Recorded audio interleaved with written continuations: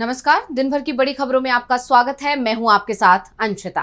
आज इस बुलेटिन में बात होगी वक्फ कानून पर सुप्रीम कोर्ट में हुई सुनवाई की, भारत और पाकिस्तान में कम होते तनाव की। देखेंगे मोदी सरकार की नीतियों पर खरगे और राहुल गांधी ने उठाए क्या सवाल, अशोका यूनिवर्सिटी के प्रोफेसर पर कोर्ट का आया क्या फैसला, जानेंगे विजय शाह से बीजेपी अब क्यों बनाने लगी दूरी, और बुलेटिन के आखिर में देखेंगे जाने माने कार्टूनिस्ट इरफान की किस खबर पर पड़ी तिरछी नजर। लेकिन दिन भर की तमाम बड़ी खबरों से पहले एक नजर आज की सुर्खियों पर।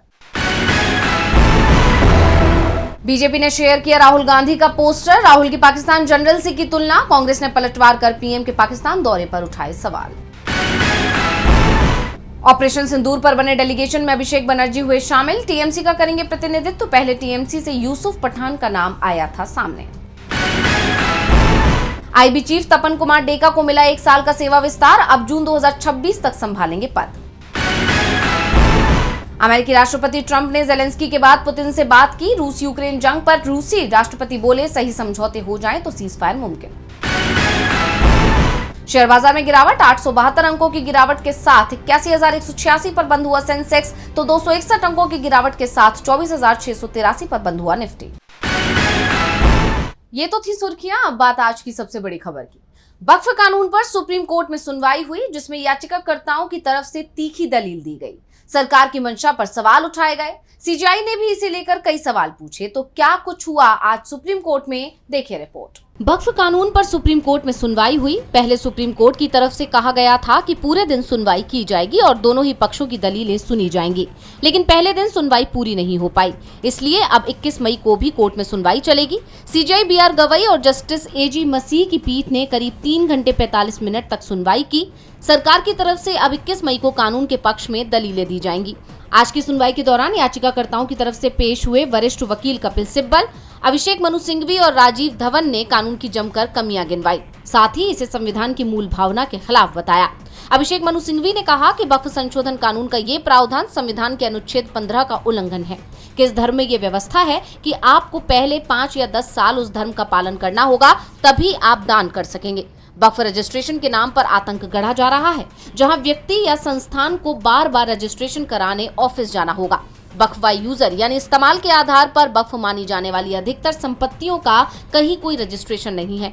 कोई भी कल विवाद खड़ा कर सकता है और इस तरह वक्फ का दर्जा छीन सकता है। राजीव धवन ने कहा कि हम सेकुलर देश हैं। मेरा एक मुवक्किल जो सिख है वो वक्फ कराना चाहता है, लेकिन इस कानून के बाद क्या वो ऐसा कर सकता है? यानी अदालत ने सेकुलर जजमेंट जो अभी तक दिए हैं वो शून्य हो जाएंगे। वक्फ बाय यूजर के कई मामलों में तो सुप्रीम कोर्ट पहले फैसला सुना चुका है। ऐसे में वक्फ बाय यूजर पर सवाल ही नहीं उठने चाहिए। जबकि कपिल सिब्बल ने एएसआई की वेबसाइट पर मौजूद एक सूची का हवाला देते हुए कहा कि एक बार जब वे संरक्षित हो जाते हैं तो वे वक्फ का दर्जा खो देते हैं। इसमें जामा मस्जिद संभल भी शामिल है, इसलिए कोई भी विवाद उठेगा और उस जगह का वक्फ का दर्जा खत्म हो गया। कानून का मकसद वक्फ पर कब्जा करना है।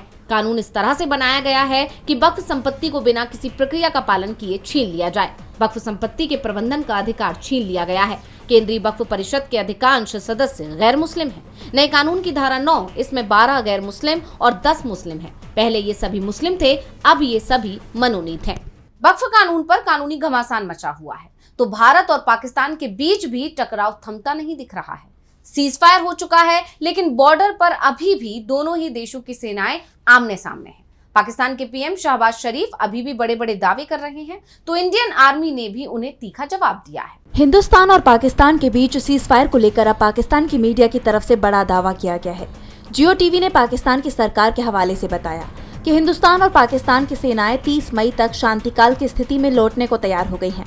इंडियन आर्मी की तरफ से ये साफ कर दिया गया है कि दोनों ही देशों के बीच सीजफायर अनिश्चितकाल तक के लिए लागू किया गया है और अब हालात सामान्य होने के बाद अटारी वाघा, हुसैनीवाला और सादकी बॉर्डर पर बीएसएफ जवानों और पाकिस्तानी रेंजर्स के बीच रिट्रीट सेरेमनी फिर से शुरू हो गई है। इस समारोह में दोनों ही देश अपने झंडे को उतारते हैं। फिलहाल झंडे को उतारने के समय गेटों को नहीं खोला जाएगा और न ही बीएसएफ और रेंजर्स के बीच पारंपरिक हाथ मिलाए जाएंगे। यानी बॉर्डर पर शांति है, लेकिन तनाव बना हुआ है और इस बीच पाकिस्तान के प्रधानमंत्री शहबाज शरीफ का बयान सामने आया है। शरीफ ने कहा कि हिंदुस्तानी नौसेना का aircraft carrier INS Vikrant Pakistan के 400 समुद्री मील करीब पहुंच गया था, लेकिन पाकिस्तानी नौसेना की तैयारियों को भांपकर विक्रांत पीछे हट गया, जबकि ना तो पाकिस्तान की वायुसेना और ना ही उनकी तरफ से छोड़ी गई कोई मिसाइल हिंदुस्तान को कोई नुकसान पहुंचा पाई है। उल्टा हिंदुस्तान ने पाकिस्तान के लगभग सभी एयरबेस को तबाह कर दिया था, जिसके बाद पाकिस्तान सीज फायर को तैयार हुआ। इसे लेकर इंडियन आर्मी की तरफ से शरीफ को जवाब भी दिया गया है। इंडियन आर्मी ने कहा कि हमारे पास इतनी ताकत है कि हम पाकिस्तान के किसी भी हिस्से को निशाना बना सकते हैं। Air defence chief lieutenant general Sumer Ivan ने कहा कि चाहे पाकिस्तानी सेना अपना मुख्यालय रावलपिंडी से हटाकर खैबर पख्तूनख्वा तक कहीं और क्यों न ले जाए, वो हमारे रेंज में ही रहेगा। जबकि इजराइल में हिंदुस्तान के राजदूत JP सिंह ने कहा कि ऑपरेशन सिंदूर अभी खत्म नहीं हुआ है, सिर्फ रोका गया है। अब हिंदुस्तान के तीखे तेवरों से पाकिस्तान बैकफुट पर दिखाई दे रहा है। भारत और पाकिस्तान के बीच तनाव कम जरूर हुआ है, लेकिन ये अभी पूरी तरह दूर नहीं हुआ है। एक भी चिंगारी जंग का रूप ले सकती है। तो इस टकराव के बीच कांग्रेस की तरफ से मोदी सरकार पर कई सवाल उठाए गए हैं। कांग्रेस नेता राहुल गांधी और मल्लिकार्जुन खड़गे ने सरकार पर तीखा हमला बोला। तो क्या कहा कांग्रेस नेताओं ने, देखिए रिपोर्ट। कर्नाटक के विजयनगर में समर्पण संकल्प रैली में कांग्रेस अध्यक्ष मल्लिकार्जुन खड़गे और पार्टी सांसद राहुल गांधी ने प्रधानमंत्री नरेंद्र मोदी और बीजेपी पर तीखा हमला बोला। खड़गे ने कश्मीर में सुरक्षा को लेकर पीएम पर सवाल उठाए। उन्होंने कहा कि अगर पीएम ने 17 अप्रैल को सुरक्षा कारणों से अपनी कश्मीर यात्रा रद्द की तो पर्यटकों को वहां जाने की इजाजत क्यों दी गई। खड़गे ने दावा किया कि अगर पुलिस के जरिए सूचना दी होती तो 26 लोगों की जान बच सकती थी। उन्होंने बीजेपी पर सेना का अपमान करने का भी आरोप लगाया। खड़गे ने कहा कि कर्नल सोफिया कुरैशी को बीजेपी के एक मंत्री ने पाकिस्तान का एजेंट कहकर अपमानित किया, लेकिन पीएम ने कोई कार्रवाई नहीं की। उन्होंने मंत्री के इस्तीफे की मांग की और कहा कि बीजेपी पहले अपने गद्दारों को बाहर करे। खड़गे ने पाकिस्तान को कमजोर बताते हुए कहा कि वो चीन के सहारे भारत में अस्थिरता फैलाने की कोशिश करता है, लेकिन देशवासी इसका जवाब देंगे। इस मौके पर राहुल गांधी ने 1,11,111 लोगों को उनके घर के मालिकाना हक के डिजिटल दस्तावेज सौंपे। उन्होंने कहा कि 2023 के चुनाव में कांग्रेस ने 5 गारंटी देने का वादा किया था, जो उसने पूरा किया। बीजेपी ने कहा था कि कांग्रेस ऐसा नहीं कर पाएगी, लेकिन हमने करके दिखाया। राहुल ने कहा कि बीजेपी कुछ अरबपतियों को फायदा पहुंचाती है, जबकि कांग्रेस लोगों का पैसा लोगों को लौटाती है। उन्होंने कहा कि बीजेपी रोजगार खत्म करती है, जबकि कांग्रेस रोजगार पैदा करती है। यानी देखा जाए तो कर्नाटक में कांग्रेस के दोनों ही दिग्गजों ने बीजेपी पर जमकर निशाना साधने का काम किया। कांग्रेस नेताओं ने सरकार पर सवाल उठाए, लेकिन सरकार जवाब देने को तैयार नहीं है। लेकिन जब एक प्रोफेसर की तरफ से बीजेपी और मोदी सरकार पर सवाल उठाए गए तो उसे गिरफ्तार कर लिया गया। अशोका यूनिवर्सिटी के प्रोफेसर की गिरफ्तारी को लेकर लगातार विरोध बढ़ता जा रहा है और आज सुप्रीम कोर्ट में भी इस मामले में सुनवाई होनी थी, जो कि टल गई। अशोका यूनिवर्सिटी के प्रोफेसर अली खान महमूदाबाद के ऑपरेशन सिंदूर को लेकर दिए गए बयान पर जिला अदालत में सुनवाई हुई, जहां उन्हें कोई राहत नहीं मिली और सोनीपत की जिला अदालत ने प्रोफेसर को न्यायिक हिरासत में भेज दिया है। अदालत ने मामले की अगली सुनवाई 27 मई को तय की है। उनके खिलाफ 2 FIR दर्ज की गई हैं और अदालत में पेश किए जाने के बाद उन्हें 14 दिनों की न्यायिक हिरासत में भेज दिया गया। दरअसल सोशल मीडिया पर ऑपरेशन सिंदूर को लेकर टिप्पणी करने के आरोप में खान को दिल्ली पुलिस ने उन्हें ग्रेटर कैलाश स्थित उनके आवास से हिरासत में लिया था और बाद में सोनीपत पुलिस को सौंप दिया था। अब प्रोफेसर के खिलाफ इस सेक्शन का अशोका यूनिवर्सिटी फैकल्टी एसोसिएशन और छात्रों ने जमकर विरोध किया है और गिरफ्तारी के बाद प्रोफेसर अली खान महमूदाबाद का बचाव किया। फैकल्टी एसोसिएशन ने प्रोफेसर अली खान महमूदाबाद की गिरफ्तारी की निंदा करते हुए एक बयान जारी किया, जिसमें उनके खिलाफ लगाए गए आरोपों को निराधार और अपुष्ट बताया गया। महमूदाबाद के समर्थन में विश्वविद्यालय के छात्रों ने कहा कि उनकी गलत तरह से गिरफ्तारी न केवल अकादमिक स्वतंत्रता का उल्लंघन है, बल्कि उन सिद्धांतों का भी उल्लंघन है जो उन्होंने हमें सिखाए और जिनके लिए वो खड़े थे। इसके अलावा कांग्रेस, माकपा, AIMIM और तृणमूल कांग्रेस ने भी महमूदाबाद के खिलाफ पुलिस कार्रवाई की निंदा की है। वहीं ये मामला सर्वोच्च न्यायालय पहुंच चुका है। कोर्ट ने अली खान महमूदाबाद की याचिका पर तत्काल सुनवाई करने पर सहमति जता दी है। अब देखना होगा मामले में सुप्रीम कोर्ट का रुख क्या रहता है। ऑपरेशन सिंदूर को लेकर प्रोफेसर अली ने पोस्ट किया था। इसमें बीजेपी पर सवाल उठाए थे और ये सवाल प्रोफेसर अली पर ही भारी पड़ गए। उन्हें गिरफ्तार कर लिया गया, लेकिन बीजेपी के जिस मंत्री ने आर्मी की कर्नल सोफिया कुरैशी को आतंकियों की बहन बता दिया, उसे बचाने की जरूर कोशिश हो रही है। सुप्रीम कोर्ट के आदेश पर जरूर SIT बनी है, लेकिन सवाल ये उठ रहे हैं कि क्या बीजेपी का मंत्री गिरफ्तार होगा। देखेंगे रिपोर्ट। मंत्री विजय शाह को लेकर सुप्रीम कोर्ट की सख्ती के बाद मध्य प्रदेश की मोहन सरकार बैकफुट पर आ गई है। यही वजह है कि अब सरकार अपने ही मंत्री से दूरी बना रही है। ऐसे कयास तब लगने लगे जब विजय शाह सरकार की कैबिनेट मीटिंग से गायब रहे। दरअसल इंदौर के राजवाड़ा महल में मोहन सरकार की कैबिनेट बैठक बुलाई गई थी, जिसमें मंत्री विजय शाह शामिल नहीं हुए।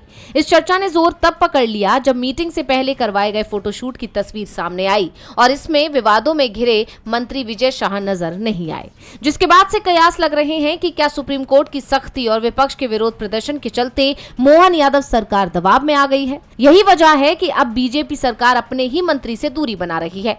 वहीं दूसरी तरफ कर्नल सोफिया कुरैशी को लेकर विवादित टिप्पणी करने के मामले में सुप्रीम कोर्ट के आदेश पर 3 सदस्यीय एसआईटी का गठन कर लिया गया है। सुप्रीम कोर्ट के निर्देश पर एमपीसीआईडी ने एसआईटी गठित कर दी है। Sagar IG Pramod Sharma, PHQ SAF DIG Kalyan Chakraborty और डिंडोरी एसपी वाहिनी सिंह इस पूरे मामले की जांच करेंगी। एसआईटी को लेकर सुप्रीम कोर्ट के निर्देशों का पूरा पालन किया गया है। कोर्ट ने कहा था कि तीनों आईपीएस मध्य प्रदेश के बाहर के यानी अन्य राज्यों के होने चाहिए। साथ ही तीनों अफसरों में एक महिला आईपीएस भी शामिल होनी चाहिए। कोर्ट ने यह भी कहा था कि एसआईटी की मॉनिटरिंग आईजीपी को करनी होगी। साथ ही एसआईटी के दोनों सदस्य भी एसपी या उससे ऊपर के रैंक के ही होने चाहिए। यानी सुप्रीम कोर्ट की सख्ती और तल्खी ने सरकार में हलचल पैदा कर दी है। हो सकता है कि सरकार को अब मंत्री के खिलाफ कोई बड़ा एक्शन लेना पड़े। विजय शाह पर कोर्ट का रुख सख्त है और इसी के चलते बीजेपी उनसे अब दूरी बनाते हुए भी दिख रही है, लेकिन शाह पर कोई कार्रवाई नहीं कर रही है। साफ है बीजेपी विजय शाह के सामने झुक रही है, तो महाराष्ट्र में भी एनडीए की सरकार एक नेता के सामने झुक गई। दिग्गज ओबीसी नेता छगन भुजबल को फिर से मंत्री बना दिया गया। तो क्यों फडणवीस सरकार में शामिल हुए भुजबल, देखेंगे रिपोर्ट। महाराष्ट्र कैबिनेट में एनसीपी नेता छगन भुजबल के शामिल होने पर राजनीति में सुगबुगाहट तेज हो गई है। छगन भुजबल एक बार फिर से मंत्री बनाए गए हैं। उन्हें सीएम देवेंद्र फडणवीस की अगुवाई वाले महाराष्ट्र मंत्रिमंडल में शामिल किया गया है। लेकिन जब भुजबल के शपथ लेने की खबर सामने आई, तब से ही राजनीतिक चर्चाएं शुरू हो गई हैं। धनंजय मुंडे के इस्तीफे से एनसीपी कोटे का एक मंत्री पद खाली हो गया था, जिसे छगन भुजबल के जरिए भरा गया है। भुजबल की मंत्रिमंडल में वापसी कई मायनों में महत्वपूर्ण मानी जा रही है। जब 5 महीने पहले देवेंद्र फडणवीस के नेतृत्व में मायावती सरकार बनी थी, तब भुजबल को मंत्रिमंडल में जगह नहीं दी गई थी। इसको लेकर उन्होंने खुले तौर पर नाराजगी जाहिर की थी। छगन भुजबल ने पार्टी अध्यक्ष अजीत पवार के खिलाफ मोर्चा खोल दिया और अब उनकी वापसी को न सिर्फ उनकी नाराजगी दूर करने की कोशिश के तौर पर देखा जा रहा है, बल्कि ओबीसी समुदाय के बीच बीजेपी, शिवसेना, एनसीपी गठबंधन की पकड़ मजबूत करने की रणनीति भी मानी जा रही है। छगन भुजबल महाराष्ट्र में ओबीसी वर्ग का बड़ा चेहरा माने जाते हैं। चर्चा है कि छगन भुजबल ये संदेश देने में सफल रहे कि उनकी नाराजगी से एनसीपी को नुकसान हो सकता है, जिसके चलते अजीत पवार दबाव में आ गए हैं। स्थानीय निकाय चुनाव को देखते हुए एनसीपी ने छगन भुजबल को मंत्री बनाकर उन्हें और ओबीसी वर्ग को खुश करने की कोशिश की है। कहा जा रहा है कि जब केंद्र सरकार देश में जाति जनगणना के लिए आगे बढ़ रही है, तब अजीत पवार की पार्टी के सबसे बड़े ओबीसी चेहरे को नाराज नहीं रख सकते। भुजबल का विरोध काम कर गया, अब वो मंत्री बन गए हैं, लेकिन सुप्रीम कोर्ट ने अब एक बड़ा फैसला सुनाकर हर किसी के लिए सिविल जज बनना मुश्किल कर दिया है। कोर्ट ने साफ कर दिया है कि एलएलबी करने वाला हर व्यक्ति सिविल जज नहीं बन सकता और इसके लिए कोर्ट ने कुछ नियम भी तय कर दिए हैं। तो क्या है पूरा मामला, देखिए रिपोर्ट। जूनियर डिवीजन सिविल जज की नियुक्ति को लेकर सीजेआई बीआर गवई ने बहुत ही महत्वपूर्ण टिप्पणी करते हुए अहम फैसला सुना दिया। सुप्रीम कोर्ट ने साफ कर दिया कि कोई भी सीधे जज की परीक्षा नहीं दे सकता है, पहले वकील के तौर पर प्रैक्टिस करना जरूरी है। यानी वो परीक्षा तभी दे सकेंगे जब लॉ ग्रेजुएट होने के बाद 3 साल वकील के तौर पर काम करें। सीजेआई बीआर गवई, जस्टिस एजी मसीह और जस्टिस विनोद चंद्रन की बेंच ने ये फैसला सुनाया है। सीजेआई गवई ने कहा कि सीनियर डिवीजन सिविल जज की नियुक्ति में जूनियर सिविल जजों के लिए 25% विभागीय आरक्षण है। हालांकि इसके साथ ही कोर्ट ने ये साफ कर दिया कि 3 साल की अवधि को नामांकन की तारीख से माना जा सकता है। ये शर्त उन परीक्षाओं पर लागू नहीं होगी जिनकी प्रक्रिया हाई कोर्ट ने शुरू कर दी है। फिलहाल इन परीक्षाओं में शामिल होने वाले उम्मीदवारों पर सुप्रीम कोर्ट का ये नियम लागू नहीं होगा, लेकिन आगे होने वाली परीक्षाओं में ये शर्त उम्मीदवारों को पूरी करनी होगी। कोर्ट ने उम्मीदवारों को छूट दी है कि 10 साल से काम कर रहे वकील का सर्टिफिकेट मान्य होगा, लेकिन एडवोकेट को उस स्टेशन के जुडिशियल अधिकारी से मान्यता प्राप्त हो। इसका मतलब है कि अगर ऐसे वकील के पास उम्मीदवार 3 साल प्रैक्टिस करता है तो वो जूनियर जज की परीक्षा के लिए वैलिड होगा। अगर कोई वकील सुप्रीम कोर्ट या हाई कोर्ट में 10 साल से प्रैक्टिस कर रहा है और उम्मीदवार उसके पास 3 साल तक काम करता है, तो उस वकील को सुप्रीम कोर्ट या हाई कोर्ट से मान्यता मिली होनी चाहिए। इसके अलावा 3 साल लॉ क्लर्क के तौर पर काम करने वाला उम्मीदवार भी परीक्षा दे सकता है। सुप्रीम कोर्ट का मानना है कि ऐसे लॉ ग्रेजुएट को सिविल जज जैसे पद पर शामिल करना मुश्किल पैदा कर सकता है जिसने एक दिन भी लीगल प्रैक्टिस ना की हो। कोर्ट ने कहा कि 20 साल से ये प्रैक्टिस चली आ रही है, जिसके अच्छे परिणाम सामने नहीं आए हैं। लॉ ग्रेजुएट्स को सीधे ऐसे पद पर बिठा देने से कई दिक्कतें सामने आती हैं। कोर्ट ने कहा कि सिर्फ कानून की किताबें पढ़ने या ट्रेनिंग से कोर्ट सिस्टम की नॉलेज नहीं मिल सकती है। ये तभी हो सकता है जब उम्मीदवार को कोर्ट के कामकाज के बारे में पता हो कि वकील और जज कोर्ट में कैसे काम करते हैं। और बुलेटिन के आखिर में देखेंगे जाने माने कार्टूनिस्ट इरफान की किस खबर पर पड़ी तिरछी नजर।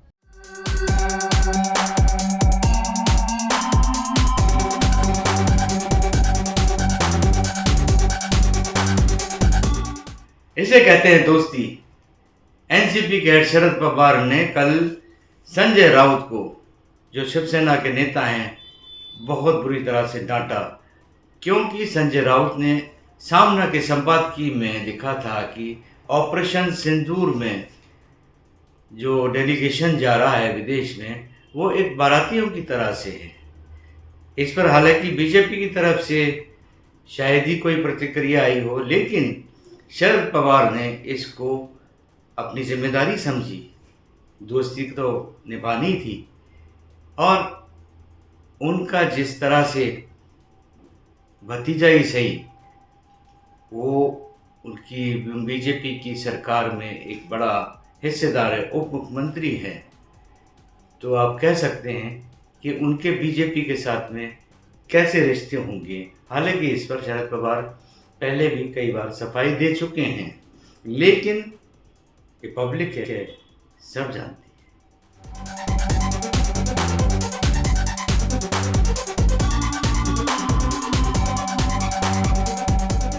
बहुत बहुत शुक्रिया इरफान जी।